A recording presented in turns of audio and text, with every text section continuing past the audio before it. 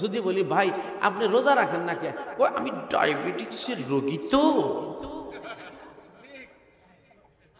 কথা বলেন, আমি ডায়াবেটিক্সের রোগী তো, মানে ওই রোগের কথা ওই স্টাইল করে বলে।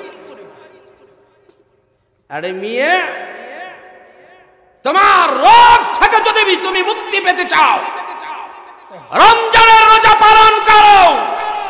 শুধু রমজানের রোজা নয়, বছরের প্রত্যেকটি মাসে 2টা 3টা 4টা করে নফল রোজা রাখো।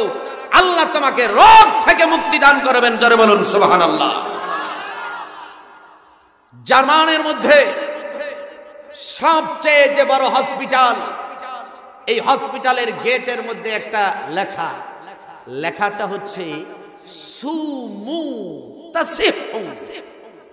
এই লেখাটার নিচেই লেখা মুহাম্মদ ইবনে আব্দুল্লাহ। জোরে বলুন সুবহানাল্লাহ। অর্থাৎ এটা হচ্ছে আমার নবীর কথা, বলুন না সুবহানাল্লাহ। সুমু তাসিহু, আমার নবী বলেন উম্মতেরা রোজা রাখো, সুস্থ থাকবে। জোরে বলুন সুবহানাল্লাহ।